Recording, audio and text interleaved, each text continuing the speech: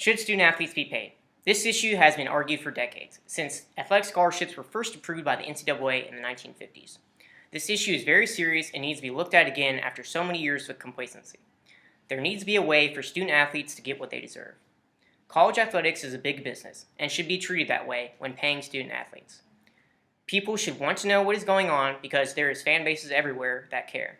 In debating the pay-for-play issue in college athletics, the history of the governing body, the NCAA, their mission and view of amateurism, the history of college athletes benefiting financially, and the degree to which athletes benefit from university experience must all be examined.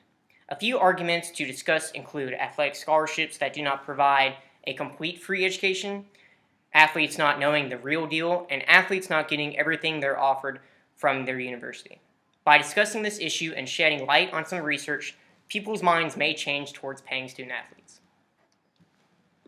As mentioned, in the 1950s, the NCAA approved adding living stipends to athletic scholarships that previously included only tuition and fees. Today, the full ride scholarship can include tuition, fees, room, board, etc. And as mentioned in the previous section, in some cases, depending on the school, the scholarship can be worth anywhere from $30,000 to $200,000, although the figures $220,000 to $100,000 over a 4-year period remain more consistent. In any case, that still does not cover the full cost of attending college. The Collegiate Athletics Coalition estimates that NCAA scholarships are worth about $2,000 less than the cost of attending a university, as it does not account for expenses such as traveling and sundries. Former Nebraska head football coach and United States Congressman Tom Osborne calculates the gap between scholarship funding and the actual cost of attendance to be closer to $3,000. Even former NCAA President Miles Brand indicated that he favored increasing scholarship limits. Ideally, the value of an athletically related scholarship would be increased to cover the full cost of attendance, calculated at between $2,000 to $3,000 more per year than is currently provided. I favor this approach of providing the full cost of attendance. So yes, the scholarship can be seen as a pay-for-play, or at the very least, a quid pro quo for services rendered during a 4-year period. However, even with a full scholarship, an athlete will have to pay somewhere between $8,000 and $12,000 out of cash to bridge the cost of living gap. Therefore, the full athletic scholarship does not provide a free education. Thus remains the question, is the full scholarship a fair and equitable deal for the athletes? Many student-athletes know the basics of signing a scholarship to play for their school.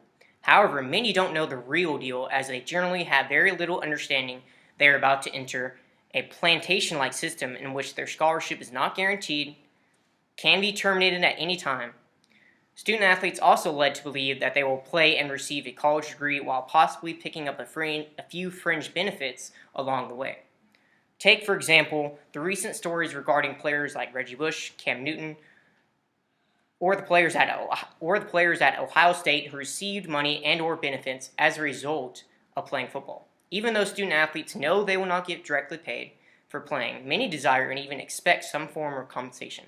Slack 2025 surveyed 3,500 current and retired football players in 1989, only to find that 31% have received under-the-table money during their college careers, and 48% knew of others who had received payments. This seems to imply that while many recruits may indeed know the deal, they display their discontent by accepting payments or other benefits not currently allowed by the NCAA. In reality, the statement, athletes know the deal with regard to academic achievement and degree completion seems to lack substance. Dr. Nathan Tobitz, co-chair of the Coalition of Intercollegiate Athletes, an organization of 51 faculty senates whose purpose is to remind college presidents, athletic directors, and coaches that student-athletes are students first. He points out that schools aren't doing these kids any favor by admitting them when it's unlikely that they will succeed academically. We bring 17-year-olds, some of them from the inner city, and we wine and dine them. They have female chaperones. We put them up in fancy hotels. They come here and see an incredibly fancy locker room with individual TV screens, air conditioning, and video games. They go in and see the new football stadium and $200 million basketball arena. They see a medical training facility that is stunningly beautiful with waterfalls, treadmill pools, and state-of-the-art medical and dental equipment. They come here and are treated like royalty until they break a leg or get put on second string. Many don't earn a degree. They don't have the training or the skills to be independent after they leave the university. They're lost. So, when the scholarship is signed, the athlete and his family have reasonable expectations, which include efforts by the coaching staff and university administration to meet all obligations of the contract. Fulfilling a contract is one of the most basic premises of business, and this should be no different even if it's a student athlete. Do student athletes really know the deal when they're pinned their name on National Signing Day? It appears they don't. Universities often offer more than just educational opportunities: concerts, lectures, intramurals, clubs, and settings that enrich the college experience. Due to their commitment to their team and coaches, however, many athletes are not able to take advantage of these events. For instance, few, if any, of the scholarship athletes would be allowed to play in an intramural contest for their coach's fear of injury. Student athletes are also overscheduled with study halls, practices, weight training sessions, film study, individual workouts, more practice, travel, and competition, all in an attempt to help athletes maintain focus on their sport. Adler and Adler spent 5 years recording systematic information regarding the athletes' lives in a big-time college basketball program. After observing, interviewing, and traveling with them, they concluded that big-time basketball and being seriously engaged in academics was not compatible. They also found that freshmen had a period of optimism regarding academics when they first arrived on campus, but after about 2 semesters, they found that their social isolation combined with the fatigue of training kept them from being involved in academic life. Positive feedback these basketball players earned was always athletic related and not academic. They soon learned what they had to do to stay eligible.